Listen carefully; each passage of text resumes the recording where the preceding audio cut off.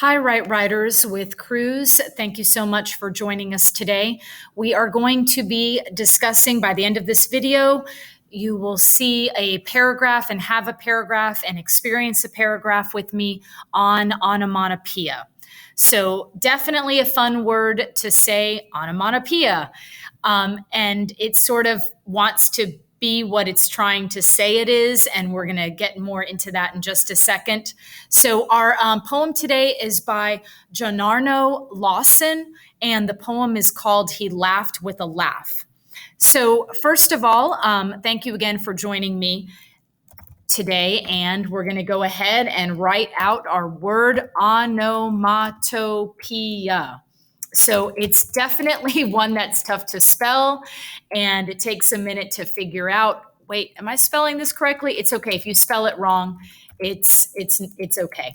I won't tell. So our word is onomatopoeia, and when you think of onomatopoeia, you want to think about it's mimicry is really what it is. So mimicry or mimicking sounds.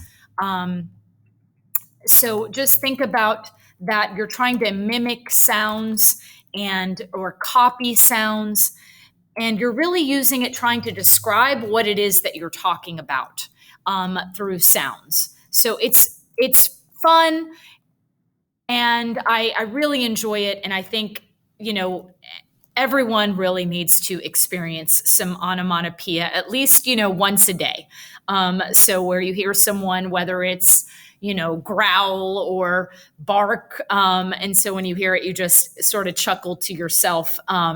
So just think about it as copying the sound it's trying to describe. So copying sound and sort of a describing sound. If you want to think about it as that think about it like that as well. So we've got onomatopoeia, mimicry, mimicking sounds or mimic sounds, copying sound, describing sound. And we've all heard, boom, pow. But I chose this poem because it's unique and it's interesting. And I wanted to highlight this great poem, and I hope you enjoy it as much as I do. So He Laughed with a Laugh by Jonarno Lawson. So I'm going to expand this just a little bit more here and reading it a couple times, and then we will start to identify the onomatopoeia in this work. He laughed with a laugh that he wished was his laugh, but everyone knew it wasn't. When he laughed, he would ask, "Does that sound like my laugh?" And everyone said, "It doesn't." The laugh that he laughed that wasn't his laugh went hardy har har guffaw. The laugh that he laughed that he wished wasn't his went hruck sniffle hick hee haw. All right, let's hear that again. He Laughed with a Laugh by Jonarno Lawson. He laughed with a laugh that he wished was his laugh, but everyone knew it wasn't. When he laughed, he would ask, "Does that sound like my laugh?" And everyone said, "It doesn't." The laugh that he laughed that wasn't his laugh went hardy har har guffaw. The laugh that he laughed that he wished wasn't his went hruck sniffle hick hee haw. Great poem. Just amazing work, and a wonderful example of onomatopoeia. So let's take a look, right writers, and if you are with me, we know exactly what we're going to be circling. So I'm going to grab my handy dandy pen, and this time we're going to go with some yellow just to change it up a little bit. And looking at this piece, as I scroll down, we definitely have our onomatopoeia describing this laugh, hardy har har guffaw. And then we have hruck sniffle hick hee haw. And these are our examples of onomatopoeia in this work. So here we have our examples. And I'm going to sort of change up here the color scheme. So we have our onomatopoeia.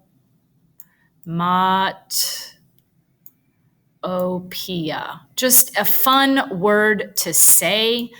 It's just one of those where I'm waiting for, I'm sure there's someone out there who's has maybe a pet turtle or something. Somebody's got named something onomatopoeia. So if you have, if that's you, please post a comment. Let me know. Hey, I have a pet lizard named onomatopoeia. Just let me know. I love it. I love it. So onomatopoeia. Now we have, we're going to copy the link to our poem, and then we're going to get started here with our paragraph. So I'm going to go ahead and post the link here and make sure we give credit where credit is due. And our poem is He Laughed with a Laugh. Just a great piece. I love it so much. So poetry title here. He laughed, and notice my punctuation, and really not punctuation, but capitalization. That's what I want to say. So in this case, we've got with and a lowercase, and so I want to make sure that I write that when I copy down the title of the poem. And it's the poet that we have today, John Arno Lawson. We have our text evidence or lines from the poem, and that is hearty har har guffaw, and then pruck sniffle hick hee haw. Okay, so this is going to be one of those where we sort of talk about quotations here. So when you are quoting a quote, so technically this is, we have quotation marks here that are provided. And so we want to make sure that we highlight it correctly here in our text evidence. And so when that happens, you actually will see three, it looks like three almost apostrophes here, but these like three little commas, a quote within a quote. And so you want to make sure first you begin with the one, and then you add the double. And so that's really what it should look like. So I'm going to go ahead and separate this so you can see what I mean. So you start with one, and then you add. So it almost looks like you're adding an apostrophe, but then you're adding the quotations. And so what this does is it lets the reader know that this is a quote within the work, within the poem being quoted. So it's a quote within a quote. And so that is sort of a little lesson on that with our poem for today. So let's take a look now and begin our paragraph so we can get started on this part and expanding. Okay, this is going to be fun. So in this case, we've got our middle school version here. We want to make sure we highlight the work, we're on our topic, and we're able to emphasize, you know, who we're talking about, what we're doing, the poem, the purpose, all in the first sentence. So in this case, we're going to go ahead with the poem. And I'm just going to go ahead and copy and paste the poem. Control C, Control V. He Laughed with a Laugh by John Arno Lawson. Contains onomatopoeia. Or let's say mimics laughing noises with onomatopoeia. So I'm expanding that a little bit. The poem He Laughed with a Laugh by John Arno Lawson mimics laughing noises with onomatopoeia. And so by doing that, I actually went ahead and gave the definition of onomatopoeia all within the same sentence. So in this case, we kind of put a lot of things together. And so we changed it up here a little bit. If you wanted to offer just the definition, we could go, the poem He Laughed with a Laugh by Gennaro Lawson has onomatopoeia. And see, it'll tell us when we misspell. Has onomatopoeia. And we could, again, give the definition. Onomatopoeia, P-O-E-I-A, is when writers use sound to mimic or use words to mimic sounds. Let's go with that. Use words to mimic sounds. The poem He Laughed with a Laugh by Gennaro Lawson has onomatopoeia. Onomatopoeia is when writers use words to mimic sounds. And we're going to go ahead and begin our work. And let's look at what lines this happens, or maybe the stanzas. So I'm going to minimize this for just a moment. And so this happens in, we have 4 stanzas in this poem. So it happens technically at the end of the poem. So it happens in stanza 3 and in stanza 4. And it's almost like by waiting to the end, it sort of creates a little bit of suspense. And we'll get into that more so in our upgraded, elevated version here. But this is happening in stanzas 3 and stanza 4. So I'm going to go ahead and expand this back up. So onomatopoeia is when writers use words to mimic sounds. In stanzas 3 and 4, the reader discovers how and in this case, I want to go back because he laughed with a laugh. And we don't know who that character is. We just know it's a he. And he asked, does that sound like my laugh? And everyone said it doesn't. So in stanzas 3 and 4, the reader discovers how the he referenced in the title laughs. In stanzas 3 and 4, onomatopoeia is when writers use words to mimic sounds. In stanzas, or to copy sounds. In stanzas 3 and 4, the reader discovers how the he referenced in the title laughs. And so I say referenced in the title because it says it in the title. So we are referring back to the title. How the he referenced in the title laughs. And so you can even set this off by some dashes here. So how the he referenced in the title laughs. For example, and then I'm going to copy these. For example, hearty har har guffaw and truck sniffle hick he haw. The words hearty har har, for example, the words hearty har har guffaw and truck sniffle hick he haw describe the laughter. And it sort of, it makes us laugh as well as we're reading it almost. So for example, the words hearty har har guffaw and truck sniffle hick he haw describe the laughter to the point where the reader cannot help but laugh while reading the poem aloud. Therefore, Lawson uses onomatopoeia. It's almost like he uses the onomatopoeia to make us laugh. So therefore, Lawson uses onomatopoeia, uses funny onomatopoeia to make us laugh, to make the reader laugh. All right, let's take a look at that. The poem He Laughed with a Laugh by Gennaro Lawson has onomatopoeia. Onomatopoeia is when writers use words to mimic sounds. In stanzas 3 and 4, the reader discovers how the he, referenced in the title, or referring back to the title, laughs.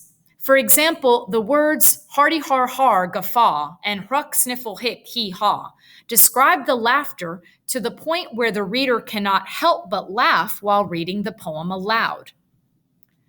Therefore, Lawson uses funny onomatopoeia to make the reader laugh. Therefore, Lawson uses onomatopoeia, uses funny onomatopoeia, or uses onomatopoeia in a funny way to make the reader laugh.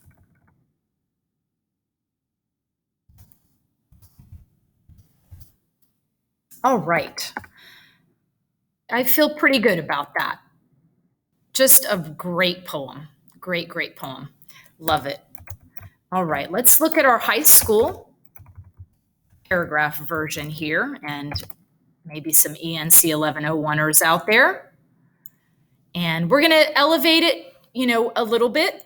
So we're going to go ahead and expand on that. I think we sort of did in our middle school version as well. So thinking about, and again, and we can go a little bit deeper because we have two different types of laughter. So we've got hearty har har guffaw, and then hruck sniffle hick hee haw. And so I'm wondering if one is what he thinks he sounds like and then what he actually sounds like. So let's go back to the poem to double check that, because again, that could be, I think one idea is, that Lawson waits till the end of the poem to let us hear the laughter. So he creates a little bit of suspense, but then it's also a matter of, is one how he thinks he laughs and one's the actual laughter. So this is where I go, let's go back to the text evidence. Let's go back to the poem and confirm. So he laughed with a laugh that he wished was his laugh, but everyone knew it wasn't. When he laughed, he would ask, "Does that sound like my laugh?" And everyone said, "It doesn't." The laugh that he laughed that wasn't his laugh went hearty har har guffaw. Okay, so this is the one that's not his laugh. So I'm just going to reference here, not his laugh. And then the laugh that he laughed that he wished wasn't his went hruck sniffle hick hee haw. So this is in fact his laugh. So one is not his laugh, but it's almost like he wished he sounded like that when he laughed, but it's not how he laughs. So let's take a look at, again, elevating our writing here in this high school paragraph version for onomatopoeia. And so now we've confirmed, and notice we went back to the poem to confirm our understanding. And I will do that because sometimes I think I remember things and then I realize that I'm mistaken. And so that's a trick that writers will use. We go back to the work, to the original work, to the text, and go back, review the evidence to make sure that what we remember is in fact true. And so that's super important. Let's go ahead and definitely, so not the characters laugh, and we find that out, and that's provided. And so really, what is this saying? What's the why here, or, to get us to the analysis? So why do this? So I think this is really, poking fun, and it's sort of, how probably self-conscious our character is. So it's referencing how self-conscious, because obviously the laugh, the hruck, sniffle, hick, hee haw, almost sounds like he may snort when he laughs. And so it's, where it's hearty har har guffaw. So that sort of makes it sound like, that it sounds more dignified, a dignified way to laugh, dignified laughter, like hearty har har. That was funny.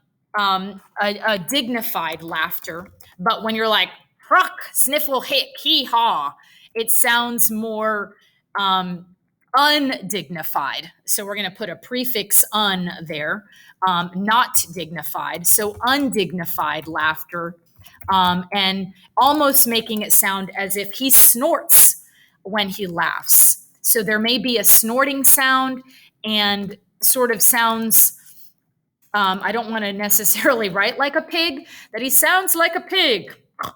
But I'm not going to go with that. So I'm just going to go ahead and go with this idea of snorting when he laughs.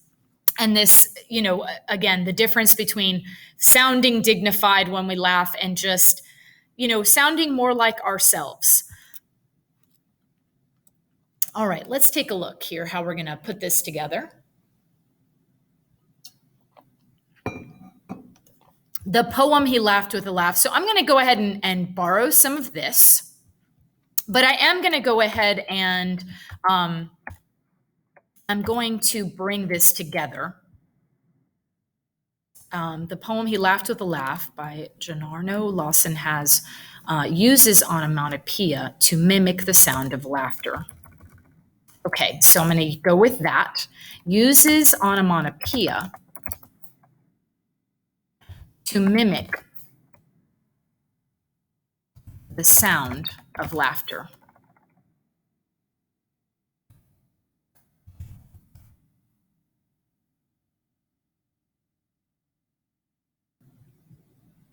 Okay, and again, I'm going to borrow this and I'm going to expand on that.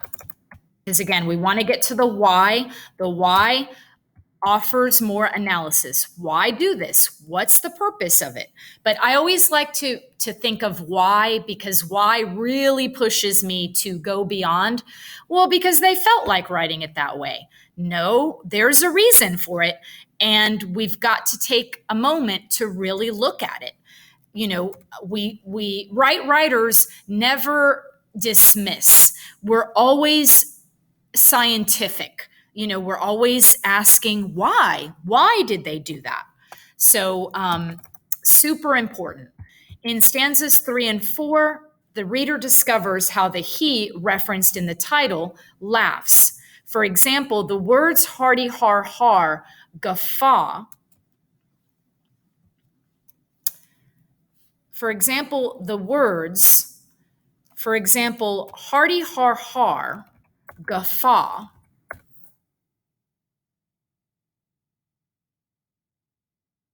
describes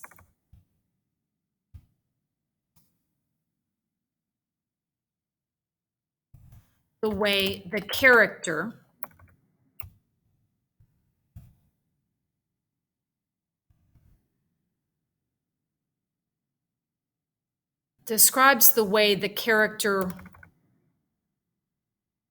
wants, describes the way it's not his laugh. So, for example, hearty har har guffaw describes the way the character wishes he laughed.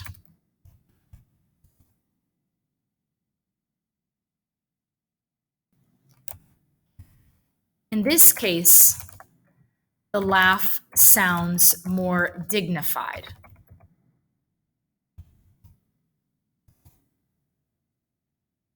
However, and I'm going to use that transition word because we're going to provide a contrast. So we're going to describe how he really laughs.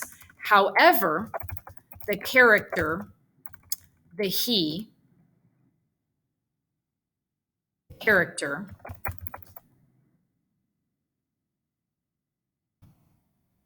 actually laughs in this manner. Ruck, sniffle, hick, he, haw.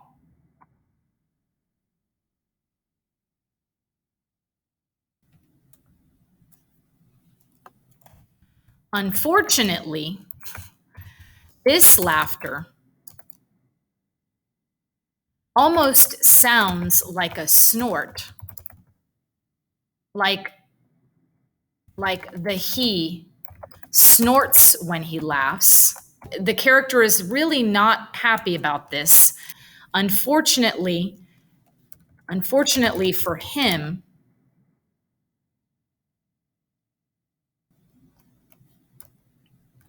I'm just going to go with this laughter. This laughter almost sounds like the he snorts when he laughs.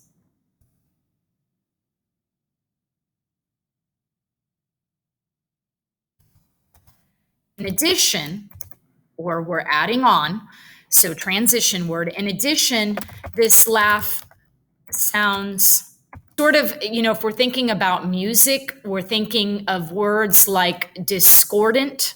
So, in addition, this laugh sounds you could say a cacophony. So, and if we wanted to get really fancy, we could throw out the word sounds cacophonous. This laugh sounds cacophonous to really level up our language. In addition, this laugh sounds cacophonous.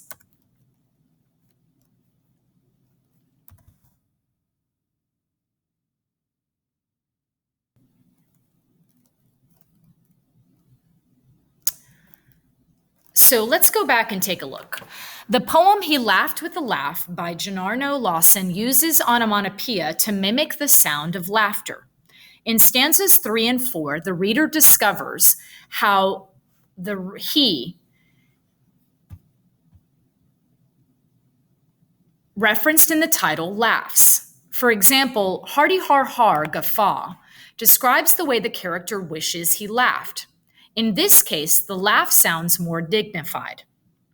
However, the character actually laughs in this manner, hruck sniffle hick hee haw. This laughter almost sounds like the he snorts when he laughs. Almost sounds more like a snort than a laugh. This laughter sounds more like a snort than a laugh. Ooh, I know what I'm going to do. I'm going to say sounds more like a cacophonous snort than a laugh.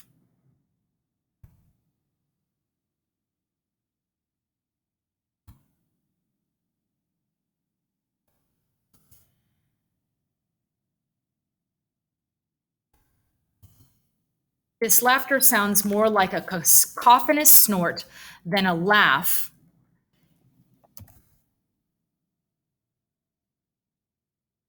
And so this hints really that our character is self-conscious of the way he laughs. So we want to include that because, again, we've taken the time to recognize that our character, our he, is self-conscious and recognizes, is self-aware of how he actually laughs.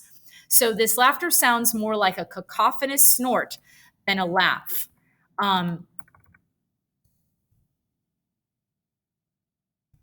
Even the character, this signifies that the character, recognizes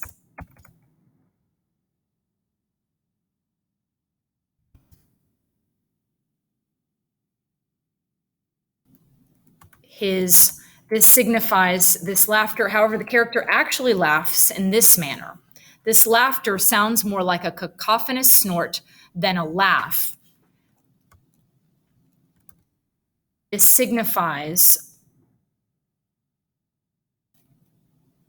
and really, so what is it that lets us know that the character is self-conscious? Again, I'm going to go back to the poem because the laugh that he laughed that he wished wasn't his. So he wished wasn't his laugh. So he wished it wasn't his laugh. And that's really what tells us that he's self-conscious. So I'm going to include that in our text evidence. So I'm going to add that here. So I'm putting this in here.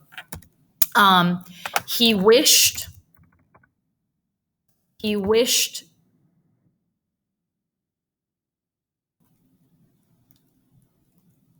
and I'm just going to say, I'm actually going to say the laugh and then that he wished wasn't his.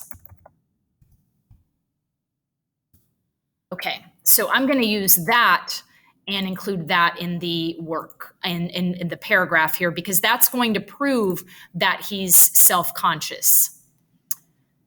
Okay, so I'm going to move this down a little bit. However, the character actually laughs in this manner: "Hruck, sniffle, hic, hee, haw." This laughter sounds more like a cacophonous snort than a laugh. Indeed, right writer's favorite. Indeed, the character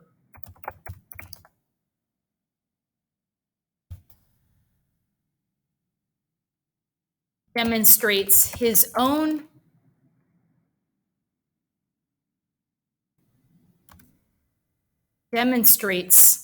how self-conscious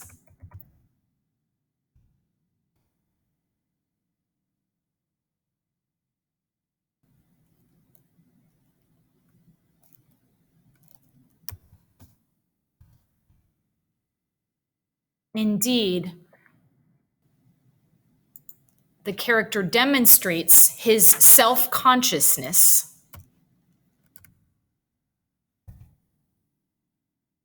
his own self-consciousness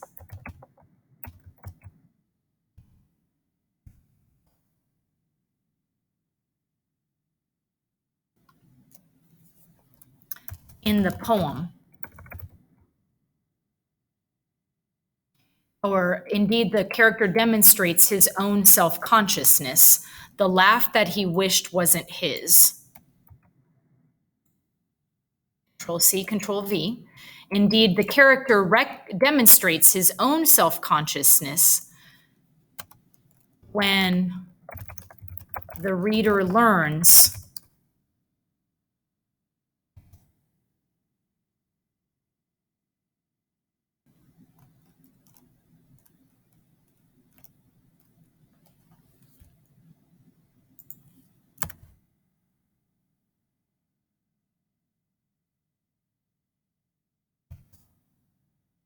his thoughts. So indeed, the character demonstrates his self-consciousness when the reader learns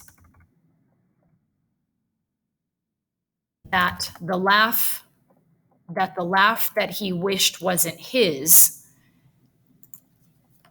is in fact the latter laugh. So when I say latter laugh, what I'm saying is the laugh that the hruck, sniffle, hic, hee, haw.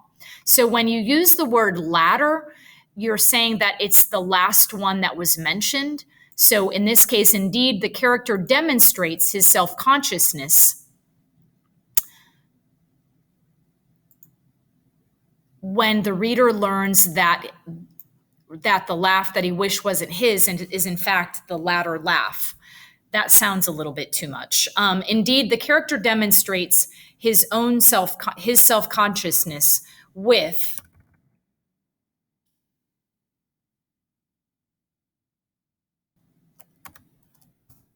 his own self-consciousness. The laugh that he wished wasn't his.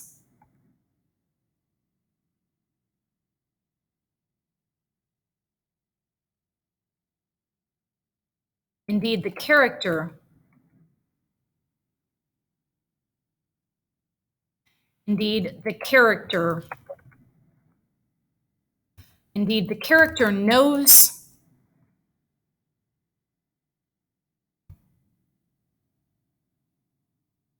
knows how he laughs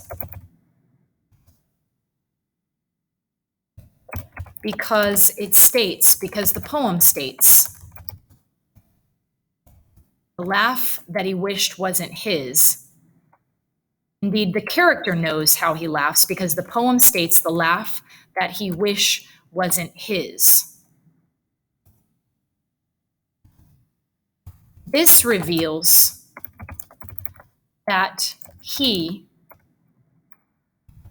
he in the poem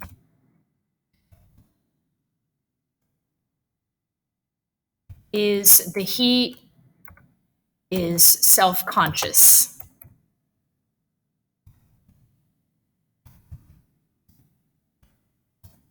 Who knew onomatopoeia could be so intense? The poem He Laughed with a Laugh by Gennaro Lawson uses onomatopoeia to mimic the sound of laughter.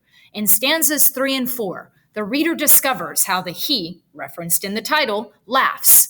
For example, hearty har har guffaw describes the way the character wishes he laughed. In this case, the laugh sounds more dignified. However, the character actually laughs in this manner. Hruck, sniffle, hick, hee, haw.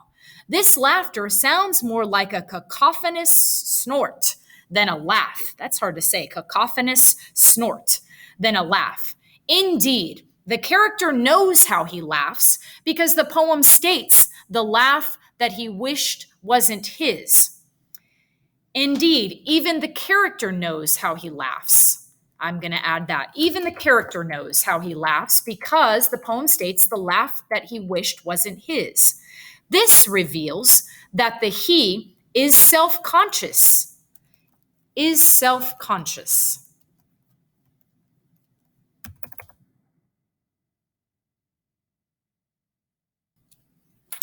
Interestingly, Lawson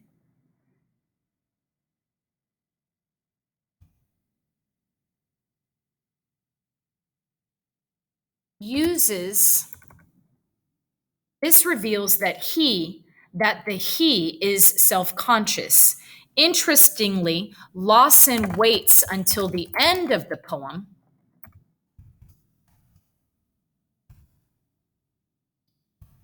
to divulge. Ooh, good word choice there. To expose. That's a popular word these days. Expose. Interestingly, Lawson waits until the end of the poem to divulge, or if you want to use expose, hey, go for it. Interestingly, Lawson waits until the end of the poem to divulge the sound, both the sound of the laughter and how the character feels about his own laughter.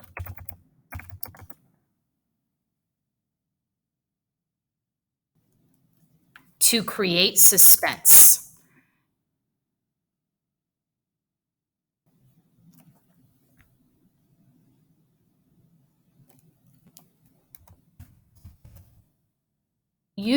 Waits until the end of the poem.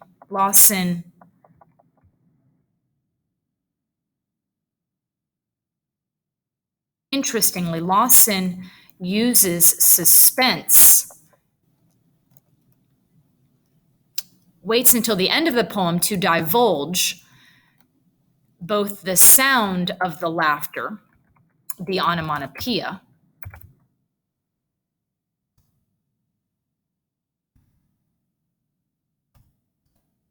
and how the character feels about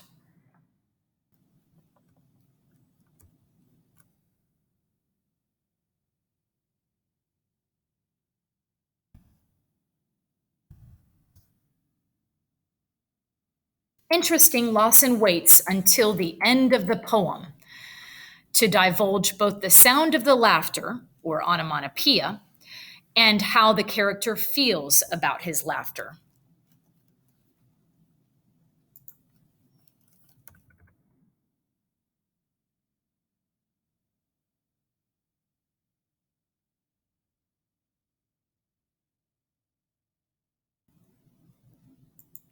Well, he laughs 2 times, or the onomatopoeia is used twice. So really, I need to adjust that. Interestingly, Lawson waits until the end of the poem to divulge the sounds of the laughter. Sounds of the laughter. The sounds of 2 laughters.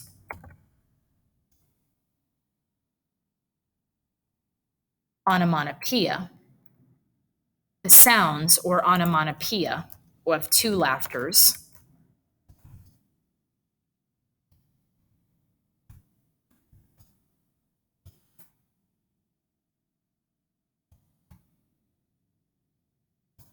and how the character feels about his laughter.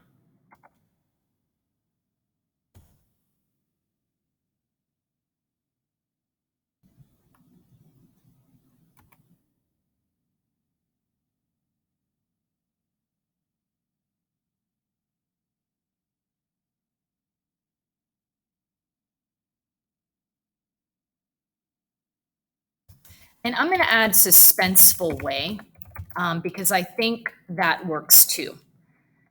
Okay. All right, let's take a look now. The poem He Laughed with a Laugh by Gennaro Lawson uses onomatopoeia to mimic the sound of laughter. In stanzas 3 and 4, the reader discovers how the he, referenced in the title, laughs. For example, hearty har har guffaw describes the way the character wishes he laughed. In this case, the laugh sounds more dignified. However, the character actually laughs in this manner. Hruck sniffle hick he haw. This laughter sounds more like a cacophonous snort than a laugh. Indeed, even the character knows how he laughs because the poem states the laugh that he wished wasn't his. This reveals that the he is self-conscious. Interestingly, Lawson waits until the end of the poem to divulge, in a suspenseful way, the sounds or onomatopoeia of two laughters and how the character feels about his laughter. Divulge in a suspenseful way the onomatopoeia. I'm going to go with that, the onomatopoeia of two laughters.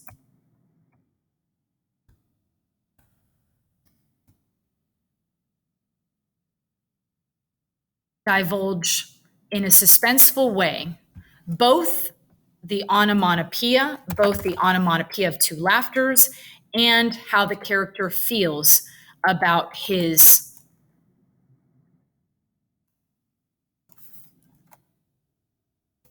real laugh.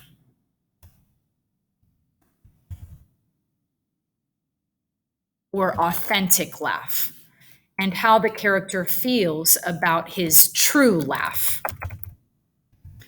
And so, as I'm looking at this poem, and reading what I'm writing here, I gotta give, Lawson some cred here. I mean, it's amazing because as I'm